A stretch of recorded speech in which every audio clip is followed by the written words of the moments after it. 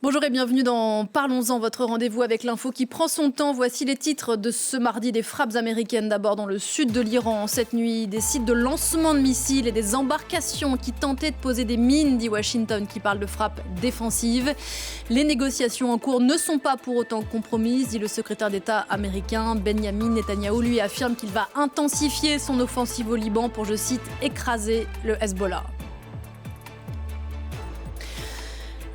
L'actualité également de ce mardi, c'est l'épidémie d'Ebola qui va plus vite que nous, dit le patron de l'OMS qui sera sur place aujourd'hui en République démocratique du Congo.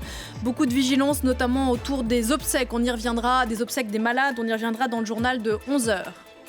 Et puis l'épisode de forte chaleur qui se poursuit et se renforce même par endroits en France et en Europe. Dans l'Hexagone, 8 départements de l'Ouest sont en vigilance orange canicule, une première historique pour un mois de mai. Plus de 300 records de température ont été battus hier lundi dans tout le pays. Et à l'image de ce mois de mai en surchauffe, l'année 2026 pourrait entrer dans l'histoire climatique comme l'une des années les plus extrêmes jamais observées. Et pourtant, depuis quelques mois que le monde a les yeux rivés sur des conflits majeurs, on évoquait l'Iran à l'instant, on sent bien que la lutte contre le réchauffement de la planète et le dérèglement ne semble plus être une priorité diplomatique internationale ou nationale même. Comment l'expliquer? Pourquoi l'aggravation sensible des dégâts, leur visibilité ne renforce pas la prise de conscience? Peut-on encore inverser la tendance? Que faut-il qu'il advienne pour que nous cessions collectivement de regarder ailleurs, comme disait l'autre il y a quelques années? Climat, le grand renoncement, question posée ce matin à mes invités Françoise Vimeux, Noémie Roche, Neil Makarov et Anne Bringot. Bonjour à tous les quatre, merci d'être là. On a beaucoup de choses à se dire, c'est Parlons-en et c'est parti.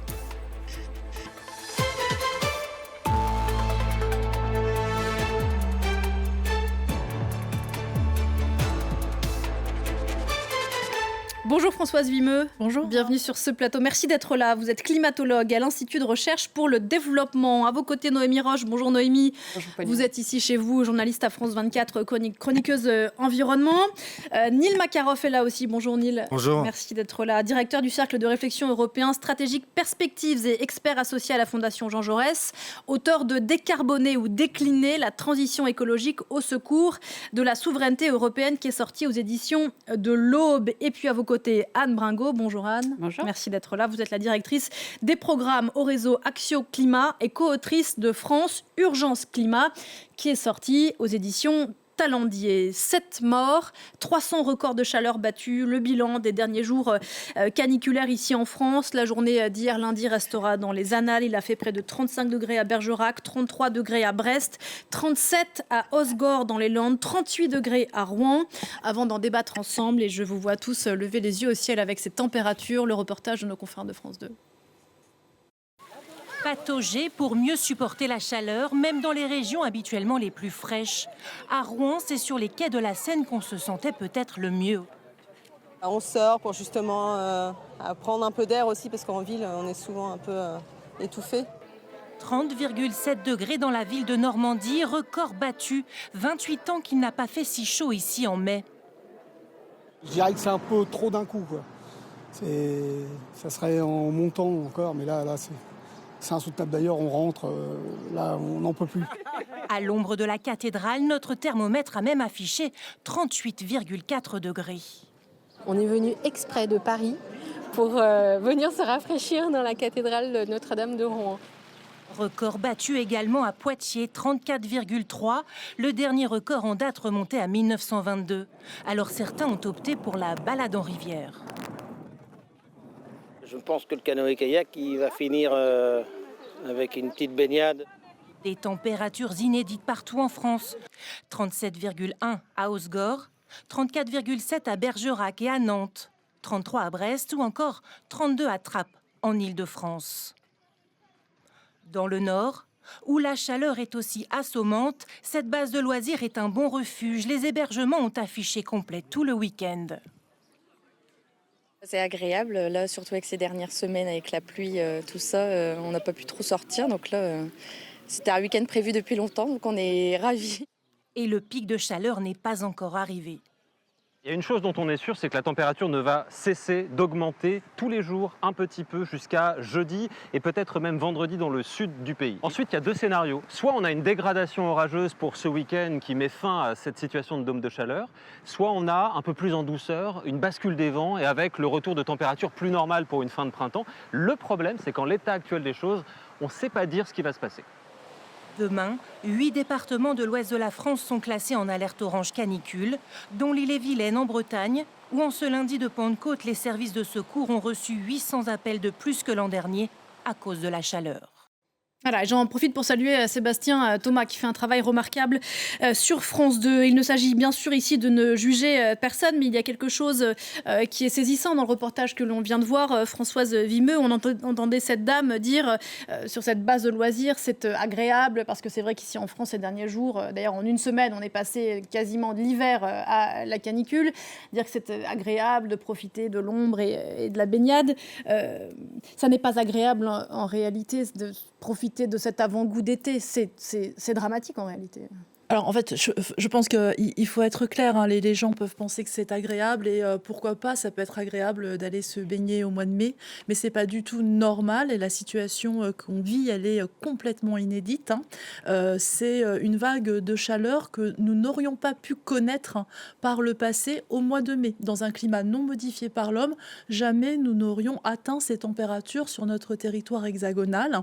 Et avec une France réchauffée de plus de 2 degrés aujourd'hui par rapport à l'ère pré-industrielle, ce genre de vague de chaleur devient dans la gamme des possibles, même si elle est quand même peu probable, elle devient dans la gamme des possibles, et on voit aussi à quel point on n'est pas préparé à ce genre de température, à cette période de l'année. Je pense qu'on va en reparler, où c'est la période scolaire, où on a encore des travailleurs à l'extérieur, très peu de monde est en vacances, sauf là ce week-end. Je crois qu'on va vraiment voir les impacts cette semaine. Qu'est-ce qui se passe en France avec de telles températures en mai, quand tout le monde travaille, quand les enfants sont à l'école avec leurs professeurs? Oui, parce que je l'évoquais au début de cette émission, le bilan est lourd. Hein. Déjà 7 morts, alors qu'ils ne sont pas forcément directement liés à la chaleur, mais à des comportements de diversion précisément, et notamment des cas de noyade ou des cas d'hydrocution, car l'eau reste froide alors que la température augmente. À l'image des jours qu'on est en train de vivre, Noémie, alors pas qu'en France, hein, en Europe, je le disais en introduction, l'année 2026 devrait compter parmi les plus chaudes jamais enregistrées. On pourrait peut-être battre d'autres records assez récent, hein, 2024. Pourquoi ? Pourquoi ? Eh bien parce que 2024, il y a eu un phénomène qu'on appelle El Niño, qu'on commence à connaître, et peut-être que là, on s'attend effectivement à un nouveau phénomène El Niño qui devrait apparaître alors potentiellement cet été, et qui va sans doute avoir un impact sur l'augmentation des températures mondiales, même si voilà, le El Niño, c'est le Pacifique qui se réchauffe et qui donc peut avoir un impact. Et donc la conjonction de ces deux facteurs, de ces deux éléments, donc El Niño qui est un phénomène naturel, Anne Bringot, et le réchauffement climatique, on se dirige vers des années avec des records qui vont se succéder les uns les autres ? Tout à fait. Avant les années 90, on avait une vague de chaleur tous les 5 ans à peu près. Maintenant, on en a 2 ou 3 par an et on se dirige vers 5, voire 10 à la fin du siècle, vagues de chaleur par an. Évidemment, avec des régions beaucoup plus impactées que d'autres. C'est ce qu'on indique effectivement dans notre livre France Urgence climatique, qui montre les impacts région par région en France, y compris en Outre-mer, où on voit qu'évidemment en région PACA, on va avoir beaucoup plus de vagues de chaleur avec des impacts. Alors quand on a la chance d'être en vacances au bord de la mer, peut-être qu'on trouve ça plutôt agréable et tant mieux. Mais c'est vrai que si on travaille en extérieur, si on est à l'école, il y a 10 millions d'élèves dans les écoles, 1 million de professionnels dans des écoles qui actuellement ne sont pas pour la plupart adaptés à ces chaleurs. Et donc, vous imaginez bien un groupe d'une trentaine d'enfants dans une classe surchauffée, ça devient carrément ingérable. Et donc, il y a une accélération à apporter à l'adaptation des bâtiments, à la végétalisation, la rénovation, la ventilation. C'est des travaux qui ont commencé, mais qu'il va falloir vraiment accélérer, puisqu'on ne reviendra pas vers le monde d'avant. Dans tous les cas, on va avoir plus de vagues de chaleur et il faut adapter les bâtis à cette situation. Le réchauffement climatique va plus vite que nous, Neil Macarov ? Oui, absolument. Et le continent européen est celui qui se réchauffe le plus par rapport au reste Deux du fois globe. plus que Deux la fois moyenne plus, mondiale. exactement, en raison de notre positionnement proche de l'Arctique en particulier. Et cela a des conséquences très concrètes. Les vagues de chaleur en 2024 ont fait 64 000 morts en Europe. Donc on voit que là, on est à 7 morts au niveau national avec cette première vague de chaleur. Mais ça a des conséquences sanitaires extrêmement concrètes, notamment pour les plus fragiles et les plus vulnérables, qui sont les premiers évidemment impactés par ces vagues de chaleur. Et ça a des conséquences également économiques. On estime que les dommages du dérèglement climatique en Europe coûtent à l'économie européenne environ 50 milliards d'euros par an. Depuis 2023. Donc, c'est quelque chose qu'il faut prendre à bras-le-corps parce qu'on a une double peine. On est le continent qui se réchauffe le plus et celui qui paye les dommages aussi les plus élevés. En tout cas, pour l'économie européenne, ce sont des dommages très importants. C'est 200 milliards à l'échelle du monde, le coût du réchauffement climatique. On y reviendra tout à l'heure. Il faut éclaircir ce point que j'ai appris en préparant cette émission sur le fait que l'Europe, Françoise Vimeuse, se réchauffe 2 fois plus vite, enfin 2 fois plus que la moyenne mondiale. Il y a une forme de sentiment d'injustice, peut-être parce que l'Europe fait beaucoup d'efforts pour réduire ses émissions de gaz à effet de serre. Alors, l'Europe fait beaucoup d'efforts, mais l'Europe a une très grande responsabilité historique dans la situation. Donc finalement, on a une balance et l'Europe ne fait pas sa juste part. C'est-à-dire que si l'Europe devait réduire ses émissions de gaz à effet de serre à hauteur de sa responsabilité historique, il faudrait que ses ambitions soient encore plus élevées qu'elles ne sont aujourd'hui. Et elles sont quand même assez élevées, ces ambitions, puisque c'est une réduction de près de 90% des émissions par rapport à 1990 à horizon de 2040. Donc, après, le fait que l'Europe se réchauffe plus vite, il y a plusieurs raisons. Ça a été dit. On perd des surfaces blanches au niveau de l'Arctique. On a des sols de plus en plus secs et ça vient renforcer les vagues de chaleur. On est aussi dans des régions où la qualité de l'air s'améliore et ça, c'est une très bonne nouvelle. Mais on a moins de particules en fait dans l'atmosphère qui avait un effet légèrement refroidissant. On est un continent. Les continents se réchauffent plus vite que les océans. Et puis, sur l'Europe du Sud, on est en train de voir qu'on a de plus en plus de situations météorologiques qui nous amènent des masses d'air du sud, comme actuellement. Et les masses d'air qui viennent du sud aujourd'hui, elles sont beaucoup plus chaudes qu'il y a 20 ans, qu'il y a 50 ans. Donc moi, je ne parlerai pas de double peine, étant donné la responsabilité historique qu'on a. Et puis, par contre, on est une des régions du monde les plus impactées par le réchauffement climatique.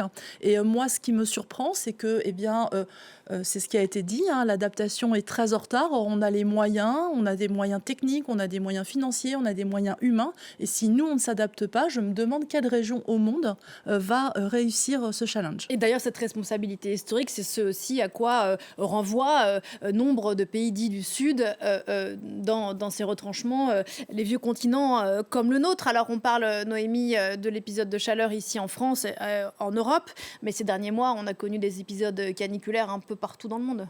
Exactement, à commencer par l'Inde, il y a quelques, c'était au mois d'avril. 46 degrés. 46 degrés, évidemment le Pakistan aussi, c'est chaque année la même chose.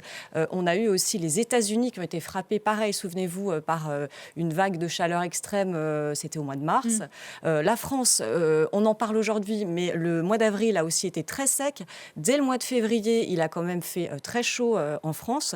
Donc, et puis voilà, donc globalement, c'est vrai que partout, là, hier, on parlait du Salvador.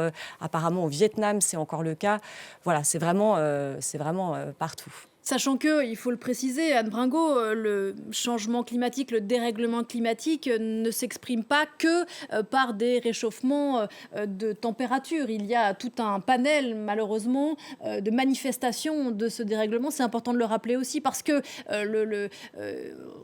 on ne perçoit que ce qui est visible, mais il y a beaucoup de démonstrations aujourd'hui. Tout à fait. C'est pour ça qu'avant, on parlait de réchauffement climatique. Maintenant, on parle plutôt de changement climatique. C'est-à-dire qu'il y a différents changements. Il y a évidemment des vagues de chaleur de plus en plus intenses, de plus en plus précoces, de plus en plus longues. Mais il y a également des phénomènes d'inondation beaucoup plus importants. C'est-à-dire que les précipitations vont être plus concentrées sur des sols qui sont de plus en plus artificialisés. Et donc, des phénomènes d'inondation de plus en plus importants. Ça touche 2 millions d'habitants dans la région au nord de la France. Donc, c'est vrai que c'est quand même impactant. On a de l'autre côté des sécheresses également de plus en plus intenses parce que ces précipitations étant concentrées, on a des périodes très très longues où on n'a pas de pluie. Et on l'a vu avec le sud-ouest de la France, notamment l'année dernière. Et puis, on a aussi la montée du niveau des mers qui impacte certaines régions. En France, on voit bien la région de Dunkerque ou la région en Loire-Atlantique où la montée du niveau des mers pourrait effectivement impacter des zones industrielles. La fonte des glaciers également. Les glaciers dans les Pyrénées et les Alpes pourraient quasiment disparaître, ce qui va avoir des impacts sur le cycle de l'eau. On a aussi des impacts en termes de maladies avec les moustiques tigres, dont on voit que maintenant ils remontent de plus en plus dans le nord. Et puis les incendies. On a maintenant une période d'incendie qui est de plus en plus étendue dans le temps et qui s'étend de plus en plus vers le nord de la France parce que la végétation est extrêmement sèche et qu'on a des températures élevées.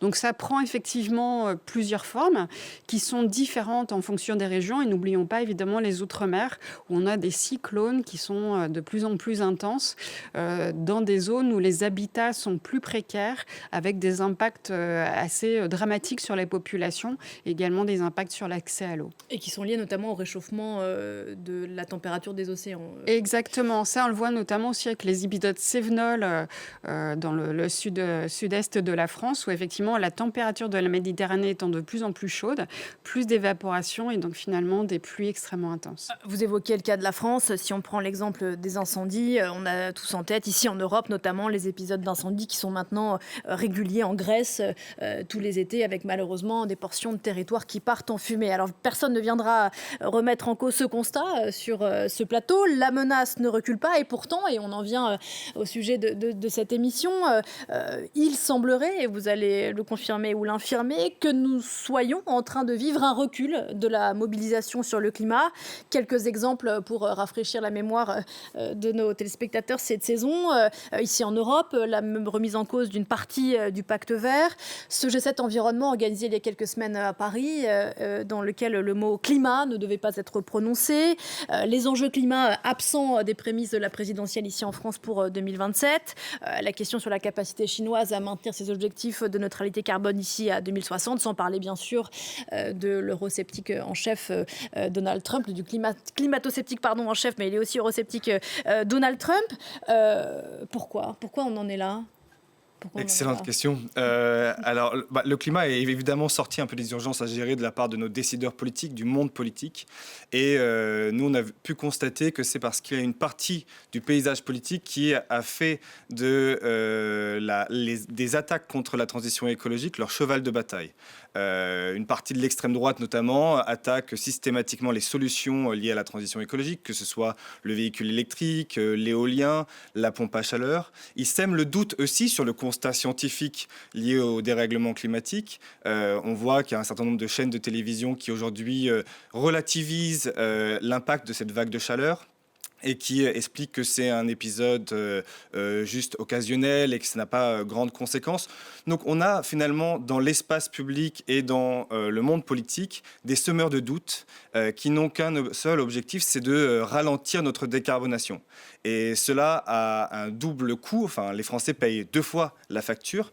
D'une part en impact climatique, parce qu'évidemment on l'a vu, on a des épisodes de dérèglement climatique qui sont de plus en plus sévères, mais aussi parce qu'on reste dépendant du gaz et du pétrole, car on ne décarbone pas notre économie. Et or, la France ne produit pas de gaz et de pétrole. Ça veut dire que nous importons du gaz et du pétrole des États-Unis, du Moyen-Orient, de Russie parfois, ce qui nous rend extrêmement vulnérables à chaque choc géopolitique. Et donc, c'est une forme de double facture que les Français payent face à ce déni d'accélérer la décarbonation de l'économie française. L'humanité rejetant toujours davantage de gaz à effet de serre, principalement, je dis ça sous votre contrôle, Françoise Vimeux, en raison de la combustion d'énergie fossile, vous les avez évoquées, pétrole et gaz, sans parler du charbon.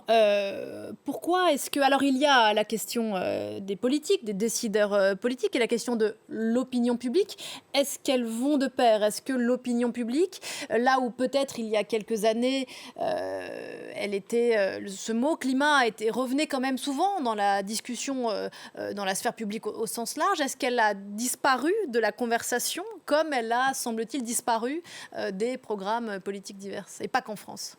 Alors, moi de ce que je vois en côtoyant très souvent voilà, des gens dans des conférences, dans des tables rondes. Alors évidemment, il y a un biais d'échantillonnage des gens qui viennent. C'est plutôt des gens qui sont intéressés à la base. Mais après, je croise des gens ailleurs, dans des ascenseurs, à la boulangerie, Voilà, vous avez une etc. vie sociale. Donc, bon, mon impression, c'est que il y a une prise de conscience de tout le monde, à part quelques climato-sceptiques, et que les gens sont bien au fait de ce qui se passe, de la situation et des impacts qui pourraient arriver.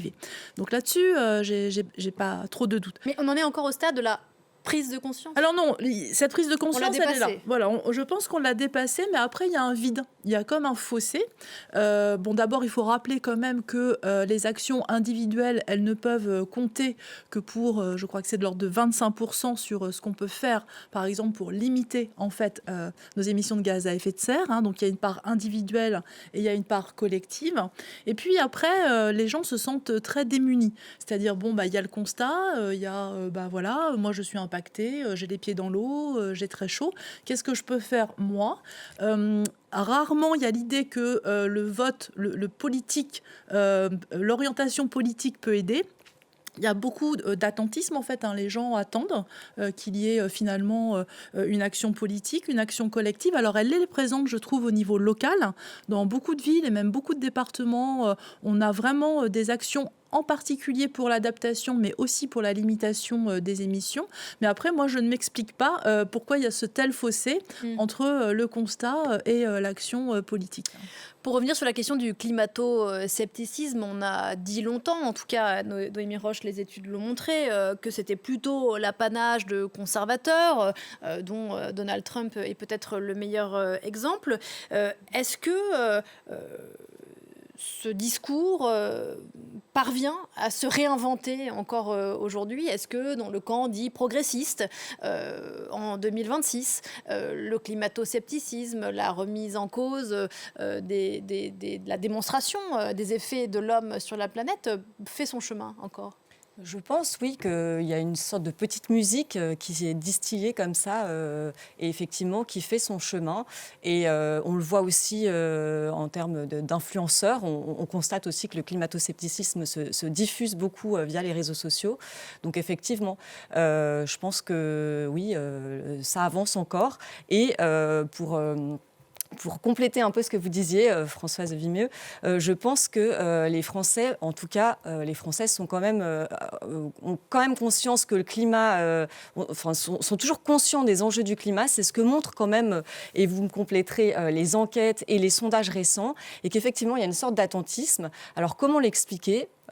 Ça, effectivement, c'est peut-être qu'on a l'impression que nos actions individuelles ne sont pas suffisantes et qu'effectivement, tout doit venir de l'État, cette sorte d'attentisme. Voilà, je ne sais pas si... Alors, c'est vrai que tous les sondages, nous, on fait régulièrement des sondages au réseau Action Climat. On en avait fait en octobre au niveau national, on en a fait en janvier au niveau plus local, en amont des municipales. Il y a vraiment une attente vis-à-vis des pouvoirs publics. C'est peut-être très spécifique à la France, mais en tout cas, on attend vraiment que les pouvoirs publics fassent quelque chose. Et pour l'instant, le sondage d'octobre montrait qu'il y avait le sentiment largement partagé que les différents gouvernements d'Emmanuel Macron n'étaient pas allés assez loin dans la transition écologique. Et donc, il y a une attente d'aller plus loin. Et la plupart des propositions de politique publique que nous avons mis en test dans ce sondage d'octobre étaient largement soutenues à 80% environ par les Français. Donc, il y a vraiment une volonté d'accélérer. Malheureusement, ces mesures sont rarement mises en œuvre parce qu'il y a des intérêts particuliers qui sont quand même là. On pourrait parler de Total Energy, qui est quand même une entreprise dont le business c'est d'extraire et de vendre du pétrole et du gaz et qui n'a aucun intérêt à ce qu'on réduise la consommation de pétrole et de gaz. Mais on pourrait citer d'autres exemples, des entreprises très importantes actuellement dont le business model dépend en fait des énergies fossiles et qui contre en fait toute évolution réellement des réglementations, alors que les Français sont prêts à pouvoir se déplacer en polluant moins, c'est leur souhait, pouvoir isoler leur logement pour payer moins de factures d'énergie, avoir une agriculture qui pollue moins et avoir une alimentation plus saine, plus équilibrée, moins carnée. Il y a une volonté générale maintenant, et les solutions, elles existent. Techniquement, on sait faire. Il y a un seul domaine où c'est compliqué, c'est l'aviation. On ne sait pas bien remplacer le kérosène, donc là, il faut vraiment réduire le trafic aérien. Mais en revanche, sur les autres domaines, on sait faire. Maintenant, il faut accélérer l'action. Et cette accélération, pour l'instant, on ne la voit pas. Il y a même eu des coupes budgétaires extrêmement importantes sur les sujets de la rénovation des bâtiments, de l'aide aux collectivités, par exemple, avec le fonds vert. Je parlais des écoles. Et on voit encore les impacts quand même de cette chaleur. Ce sont des personnes dans les quartiers populaires, des quartiers très minéralisés, où il fait extrêmement chaud, où on peut difficilement dormir et où il n'y a même pas souvent des volets pour se protéger du soleil. Sauf que la lutte, sauf erreur de ma part, contre le dérèglement climatique, elle ne peut se faire qu'au niveau international. Et un peu comme vous le disiez tout à l'heure, les actions personnelles, individuelles, aussi importantes puissent-elles être, ne suffisent pas. Quand bien même la France, prenons une hypothèse, serait à la pointe dans la lutte contre le dérèglement climatique, toute seule, elle ne peut pas y arriver. Or, nous sommes dans un moment où la coopération internationale sur tout sujet, et pas que sur le climat, est plus que mise à mal. Ça ne prend pas franchement la direction d'une coopération mondiale. Alors, est-ce que ce n'est pas perdu d'avance ? Non, ça n'est pas perdu d'avance. Et certes, la France et l'Europe pèsent assez peu dans les émissions de gaz à effet de serre aujourd'hui. Néanmoins, elles ont une responsabilité historique et donc elles ont aussi la responsabilité de montrer l'exemple à l'échelle internationale, de pouvoir embarquer d'autres grandes puissances. On voit aujourd'hui ce qui est en train de se passer en Asie, en Chine, au Vietnam, en Thaïlande, où la vente des véhicules électriques est en train de bondir à des niveaux qu'on ne connaît pas en Europe. 7 véhicules sur 10, par exemple, en Thaïlande, 9 sont des véhicules électriques. Donc le reste du monde n'attend pas l'Europe et la France pour faire la transition écologique. Ils le font d'ailleurs pour des raisons qui ne sont souvent pas forcément liées au climat, mais pour des impératifs de sécurité, pour s'affranchir notamment des importations de gaz et de pétrole. Et on le voit avec la guerre au Moyen-Orient, à quel point cet impératif de sécurité devient primordial pour un certain nombre de pays, dont l'Europe. Et c'est peut-être grâce à ça, d'ailleurs, que nous ferons la transition écologique et qu'elle va s'accélérer dans les prochains mois. C'est parce que finalement, ça n'est plus seulement une question de climat, c'est un impératif de sécurité pour nous affranchir de pétrostates comme les États-Unis, la Russie également, mais aussi le Moyen-Orient, qui font bondir les prix du gaz et du pétrole et qui alourdissent fortement la facture pour les ménages et pour les entreprises. Sauf que la réalité est assez tenace, Françoise Vimeux, précisément, on vit en ce moment une crise énergétique provoquée par la guerre des États-Unis contre l'Iran et le blocage du détroit d'Ormuz. Ce que montre cette crise, c'est notre dépendance aux énergies fossiles. Le fallait-il encore le prouver, mais montre aussi que nous n'avons en réalité pas vraiment amorcé la transition. Oui, alors, il y a plusieurs choses. D'abord, je voudrais juste revenir sur quelque chose que j'entends souvent et que je voudrais déminer, qui est que la France, c'est 1 ou 2% des émissions de gaz à effet de serre au niveau global. Et donc, ça ne sert à rien, en fait, qu'on fasse quelque chose. Il faut rappeler quand même au monde, je crois qu'il y a environ 200 pays qui représentent chacun moins de 2% des émissions globales. Donc, si chacun de ces pays se dit la même chose, vous voyez bien que mathématiquement, on court à la catastrophe. Donc, pour répondre à votre question, clairement, on voit qu'on est très dépendant des énergies fossiles, et vous l'avez dit, on s'en doutait un petit peu. Je pense qu'on a commencé cette transition, mais en fait, il y a une inertie. Vous avez, par exemple, l'inertie du temps de vie de votre voiture thermique. Si vous avez acheté une voiture thermique il y a 5 ans, vous n'allez pas forcément aujourd'hui acheter un véhicule électrique, aussi parce que ça coûte cher, aussi parce que tout le monde n'a pas accès à une borne de recharge. Pensons à toutes les personnes qui vivent dans des immeubles anciens. C'est très difficile de faire installer des bornes à moins d'avoir un nouveau compteur et de payer un abonnement supplémentaire, etc. Vous avez l'inertie en fait de toutes les infrastructures qui sont liées aux énergies fossiles. Donc moi je pense qu'on a commencé cette transition, on l'a commencé pas bien vite, on est quand même très en retard, on n'a pas embarqué la population, il y a un coût. Quand moi je parle de voiture électrique aux gens, les gens ils me disent mais attendez, vous avez vu le coût d'un véhicule électrique, et puis il y a une inertie. Et puis, il y a oui, vous voulez... Non, je voudrais juste nuancer quelque chose. La guerre en Ukraine a quand même permis d'accélérer la transition énergétique dans un certain nombre de pays. En Europe, depuis la guerre en Ukraine, on a vu l'essor des énergies renouvelables, du solaire et de l'éolien, ce qui permet aujourd'hui d'avoir une électricité à 2/3 décarbonée à l'échelle du continent européen. On ferme des centrales à charbon, on commence à fermer des centrales à gaz. Donc on voit que les crises géopolitiques quand même ont un effet direct sur la transition. Aujourd'hui, la question c'est principalement le pétrole, d'où l'importance d'électrifier nos transports, nos usines et notre chauffage. Et c'est un peu la direction dans laquelle qui est prise aujourd'hui par le gouvernement avec le plan d'électrification et bientôt à l'échelle européenne, car la Commission européenne prépare elle-même un plan d'électrification. On entend bien l'intention, mais pour revenir à ce que le choc énergétique a créé, le blocage du détroit d'Ormuz, on voit bien que on a plutôt tendance à dépenser beaucoup d'argent pour diversifier les voies d'acheminement du pétrole, pour contourner un détroit qui est bloqué, que pour construire à toute vitesse des éoliennes, que sais-je, ou des panneaux solaires. Effectivement, et je pense que c'est des choix politiques tout simplement. Et moi, effectivement, vous parliez de la guerre en Ukraine qui a été un déclencheur pour se mettre effectivement aux énergies renouvelables. Ça aurait pu être quand même beaucoup plus rapide et beaucoup plus fort, je trouve, parce que là, effectivement, on se retrouve avec la guerre en Iran et on se dit, on est encore confronté aux mêmes chocs et aux mêmes problématiques qu'il y a 4 ans, quoi. Et pour reprendre l'exemple très concret des voitures électriques, dont il me semble que l'Union européenne a repoussé à plus tard l'obligation pour chacun d'en détenir une 2035, voilà.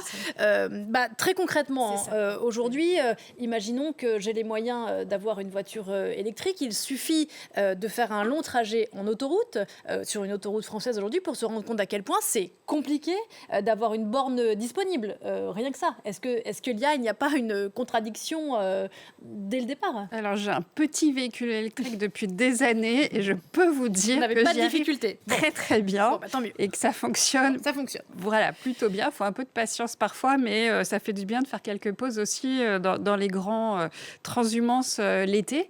Non, ça fonctionne très bien. Je pense que là-dessus, il y a eu beaucoup d'améliorations. Je voulais revenir sur le côté international. C'est vrai qu'on a l'impression qu'on est les seuls à faire des efforts. C'est vraiment pas le cas. La Chine vend énormément de véhicules électriques. La France a pris beaucoup de retard. Pourquoi ? Parce que les constructeurs automobiles faisaient uniquement des gros véhicules électriques absolument inabordables, parce que c'est là où ils margeaient le plus.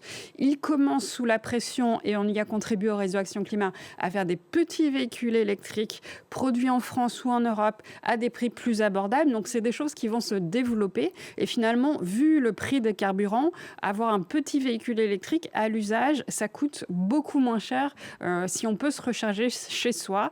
Et c'est de plus en plus le cas si on habite à la campagne et qu'on a une maison avec une petite borne chez soi, ou même en copropriété où on peut avoir aussi des bornes qu'on peut installer si on a une place de parking. Donc ça se développe de plus en plus, c'est moins cher. C'est important aussi sur la rénovation des bâtiments, sur le fait d'installer une pompe à chaleur. Donc il y a des pays qui accélèrent beaucoup, et on a vu le sommet de Santa Marta en Colombie il n'y a pas très longtemps, organisé par la Colombie et les Pays-Bas. Quasiment 60 pays qui étaient présents pour organiser la sortie des énergies fossiles. Donc c'est vraiment un signal extrêmement fort qu'il y a plusieurs dizaines de pays qui veulent contrer d'autres États comme les États-Unis ou d'autres pays producteurs comme l'Arabie Saoudite ou d'autres qui, eux, essayent de freiner. Mais il y a vraiment beaucoup de pays qui essayent d'accélérer, et on attend de voir l'impact de tout cela sur la COP31 qui aura lieu en Turquie. Mais je pense que ça va avoir un impact de voir tous ces pays rassemblés pour dire « nous, on veut sortir des énergies fossiles ». Bien sûr, il ne s'agit pas de dire ici qu'il n'y a pas d'initiative, oui. Oui, je pense que c'est le moment de rappeler que les politiques climatiques, même si elles ne vont pas assez vite, elles sont quand même très efficaces. Depuis l'accord de Paris, sur les 10 dernières années, on a quand même gagné 1 degré sur les projections de température pour la fin du siècle. Là, on allait vers un monde qui était plutôt un monde vers 4 degrés. On va vers un monde plutôt vers 3 degrés. C'est 4 degrés supplémentaires par rapport à l'ère pré-industrielle. Par rapport à l'ère pré-industrielle. Voilà, donc ça veut dire que ça fonctionne, c'est efficace, ça va pas assez vite, mais ça fonctionne quand même. Et c'est important de le rappeler, que ça fonctionne, et ça fonctionne même sur des temps courts, puisqu'en 10 ans, on gagne 1 degré sur une projection pour la fin du siècle. Sauf que, justement, les accords de Paris, c'était il y a 10 ans, visaient à limiter le réchauffement de la planète d'ici à la fin du siècle par rapport à la période pré-industrielle d'1,5 degré. On les a quasiment déjà dépassés. On est à 1 degré, c'est ça? Non, on n'est pas tout à fait à 1,5 degré, mais la situation aurait été pire. Oui. Et c'est ça et puis c'était le seuil le plus ambitieux, 1,5 degré. C'était 2, les accords de Paris, et 1,5 le plus ambitieux. Et Donc aussi déjà, voilà. 1,5 degré à la fin du siècle. Tout le monde avait bien en tête qu'il y avait un énorme risque qu'on dépasse 1,5 degré, mais l'idée, c'est de redescendre ensuite pour arriver à 1,5 degré au maximum à la fin du siècle. Il n'est pas inatteignable. Je lisais un article en préparant cette émission disant qu'au rythme actuel, la planète se dirigeait, mais corrigez-moi si je me trompe, vers un réchauffement de près de 3 degrés d'ici la fin du siècle. Faut-il continuer à avoir cette boussole d'1,5 degré des accords de Paris qui n'est pas atteignable? Oui, aujourd'hui, c'est très clair. On est sur les trajectoires que vous mentionnez qui nous emmènent au niveau mondial à un réchauffement de 3 degrés. Mais on peut bouger de cette trajectoire. Alors, on peut bouger vers le haut, ce qui serait très malheureux, mais on peut aussi bouger vers le bas. Et l'idée, c'est ça, c'est de revenir vers des trajectoires qui nous permettraient de limiter le réchauffement à 2 degrés au cours du 21e siècle. Sachant que, pardon, je vous coupe, mais pour que les gens qui nous regardent comprennent bien ce que ça veut dire, 2 degrés de réchauffement de la planète d'ici la fin du siècle, ça veut dire des disparitions d'espèces? Notamment plus de coraux, par exemple. Plus de coraux. Mais il y a déjà aujourd'hui, on est à pas tout à fait 1,3 degré de réchauffement sur la dernière décennie par rapport à la deuxième moitié du 19e siècle. On voit déjà tous les impacts au monde. Donc il ne faut pas attendre 3 Est-ce que la planète est vivable? Est-ce que la planète est vivable à 2 degrés supplémentaires à la fin du siècle? Ah non, dans certaines régions, probablement pas. Et ça pose la question de l'habitabilité de certaines régions, en particulier des régions côtières ou dans des pays où on va avoir des problèmes d'insécurité alimentaire ou de maladies qui ne seront plus contrôlables. Donc il y a une vraie question ici. Il y avait bien sûr la montée du niveau des mers qui va vraiment modifier la géographie. Donc si on attend d'être à 3 degrés pour se poser au niveau mondial, ce qui veut dire 4 degrés pour la France, là, à 4 degrés en France, c'est l'heure des choix. Qu'est-ce qu'on garde? Qu'est-ce qu'on abandonne? Qu'est-ce qui est utile? Qu'est-ce qui est inutile? Et on voit déjà aujourd'hui dans le sud de la France, par exemple dans le secteur de l'agriculture, et les problèmes qui se posent en termes de ressources en eau et les arbitrages qui vont devoir être faits. À qui va l'eau? Aux touristes, aux personnes qui habitent sur place ou à l'agriculture. J'en reviens précisément.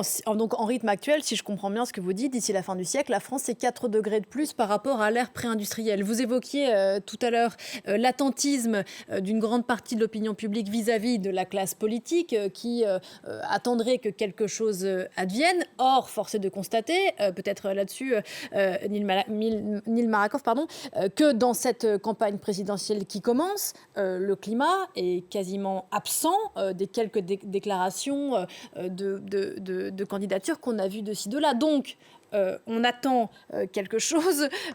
Déjà, est-ce la bonne façon de faire? Mais de personnes qui, à ce stade, ne promettent rien. Absolument, il y a un écart grandissant entre l'attente des citoyens et le monde politique sur la question de la transition écologique. Et d'ailleurs, qu'on l'appelle transition écologique, décarbonation ou électrification, ce sont finalement des synonymes qui veulent dire la même chose. C'est comment le monde politique, l'État aide les ménages à passer à un véhicule électrique, notamment parce qu'on sait que le véhicule électrique peut être parfois un peu cher et onéreux. Et donc, comment on aide les classes moyennes et populaires à basculer vers le véhicule électrique, comment on les aide aussi à s'équiper de pompes à chaleur. Aujourd'hui, les candidats qui se présentent à ce stade, en tout cas, de la campagne de l'élection présidentielle, ne détaillent pas vraiment comment ils souhaitent accélérer cette électrification de notre économie européenne. Et je le rappelle que c'est à la fois certes très bon pour le climat, mais ça met également à l'abri les Français des futurs chocs géopolitiques. On estime que si on bascule vers une pompe à chaleur ou vers un véhicule électrique, on peut économiser près de 3 000 € par an sur les factures de carburant et énergétique, tout simplement parce qu'on s'affranchit du gaz et du pétrole. Donc c'est à la fois un programme qui pourrait être bon pour le climat, évidemment, mais aussi pour le pouvoir d'achat et pour la souveraineté du pays. Donc quelque part, le politique a tout intérêt, a priori, à s'en saisir. L'inaction coûte plus cher que l'action. Alors, l'inaction coûte clairement beaucoup plus cher. On voit les impacts du changement climatique qui coûtent beaucoup plus cher, mais également les impacts des hausses des factures de pétrole ou de gaz, où l'État, finalement, doit mettre au pot pour soutenir les personnes impactées. Et tout ça coûte aussi très cher. Si on avait accéléré l'électrification et les économies d'énergie depuis quelques années, on serait moins impacté par cette guerre au Moyen-Orient. Donc, on voit bien qu'on paye aussi ces retards. Et les Français ont bien compris que c'était un enjeu aussi de pouvoir d'achat, que grâce à la transition écologique, ils vont payer moins cher pour se déplacer parce qu'ils dépendront plus du pétrole. Ils paieront moins cher aussi parce qu'ils auront des logements mieux isolés, ils paieront moins de chauffage. Ils voient bien qu'il y a un intérêt également pour leur santé, sur la qualité de l'air, sur l'alimentation, qui est un enjeu de souveraineté, d'indépendance, comme le disait Nel.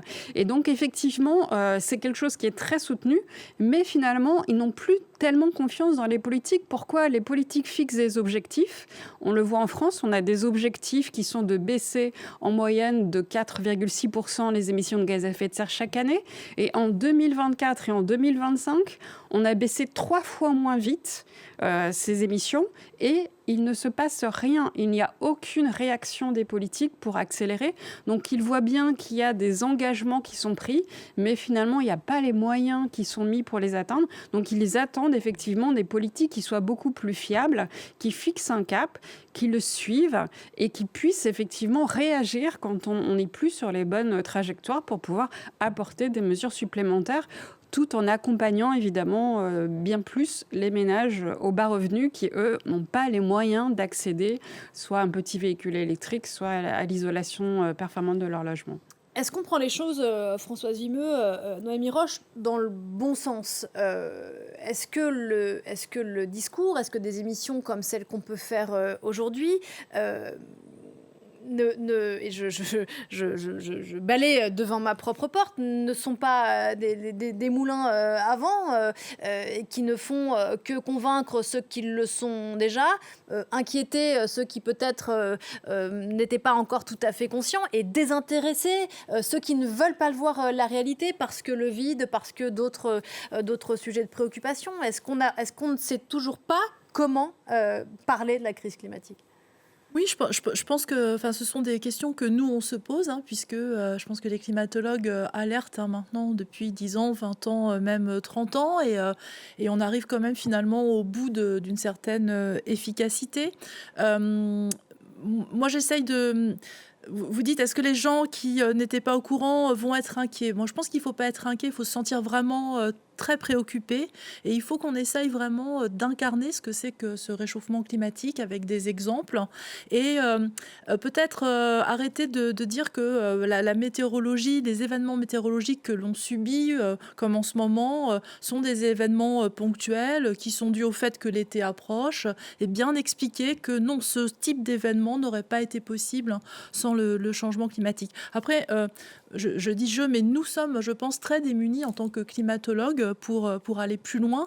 On essaye toujours de trouver des moyens de communication un peu nouveaux, plus incarnés, qui essayent de ne pas effrayer. Et puis, on a vu quand même l'année dernière que finalement, beaucoup de personnes en avaient marre d'entendre parler du climat. Dès qu'il y avait quelque chose qui n'allait pas, il y en avait un petit peu un ras-le-bol, un petit peu comme si on était des Cassandres, à toujours venir rappeler que la situation est difficile, donc une sorte de déni. Et moi, je crois que nous, climatologues, on n'a pas les outils pour aller au-delà de ce déni, et d'où l'importance après d'aller travailler avec des chercheurs des sciences humaines et sociales sur les aspects cognitifs. Un aspect cognitif, moi, que je trouve vraiment important, c'est la distance, en fait. Plus vous avez un événement qui se passe loin, moins il vous concerne, moins il ne touche pas votre famille, voilà. Et plus vous vous sentez finalement un petit peu comme à la télé, où vous voyez de toute façon tous les jours des décès à un endroit dans le monde, que ce soit le climat ou pas. Donc il y a une espèce de banalisation de la situation, et je crois que nous, on n'a pas les outils pour aller vraiment plus loin. Mais on est preneur. On a une partie peut-être des outils, Noémie, et c'est ce qu'on fait dans cette chaîne comme beaucoup d'autres. Il faut faire aussi beaucoup de pédagogie. Pour éviter la panique, et 2, pour peut-être alimenter une machine plus efficace. C'est ce que j'allais dire, beaucoup de pédagogie et peut-être aussi montrer le vivant, montrer le climat comme quelque chose de beau et tout ce qu'on a à protéger. Et je pense que ça peut passer aussi par s'appuyer sur la jeunesse. Je pense notamment à des climatologues comme Heidi Sevestre qui travaillent beaucoup avec des enfants, des adolescents, etc. pour montrer comment mieux protéger notre belle planète. En tout cas, ce qui est sûr, c'est que les médias ont un rôle à jouer dans la lutte contre la désinformation climatique. Et ça, elle est très, très présente aujourd'hui, de plus en plus. Elle est subtile aujourd'hui, la désinformation climatique. Ce n'est pas uniquement de dire que la combustion des énergies fossiles n'est pas la cause du changement climatique. C'est de dire, ne vous en faites pas, nous sommes des pays développés, nous avons des savoirs, des savoir-faire, et la technique va nous permettre de nous adapter et de continuer à vivre comme avant. Et ça, c'est un discours mensonger. Et continuer à parler de ce dérèglement climatique, y compris quand on ne vit pas, ce qui est le cas, un moment climatique intense. Merci beaucoup à tous les 4 d'être venus ce matin. Neil Makarov, Décarboner ou décliner la transition écologique au secours de la souveraineté européenne, qui est sorti aux éditions de l'Aube. Anne Bringot, France Urgence Climat, on n'a pas le temps d'attendre et d'être attentiste chez Talendier. Merci à toutes les deux, Noémie Roche et Françoise Vimeux, d'être venues sur ce plateau. Une émission à revoir en replay, réécouter en podcast. On se retrouve juste après la pause.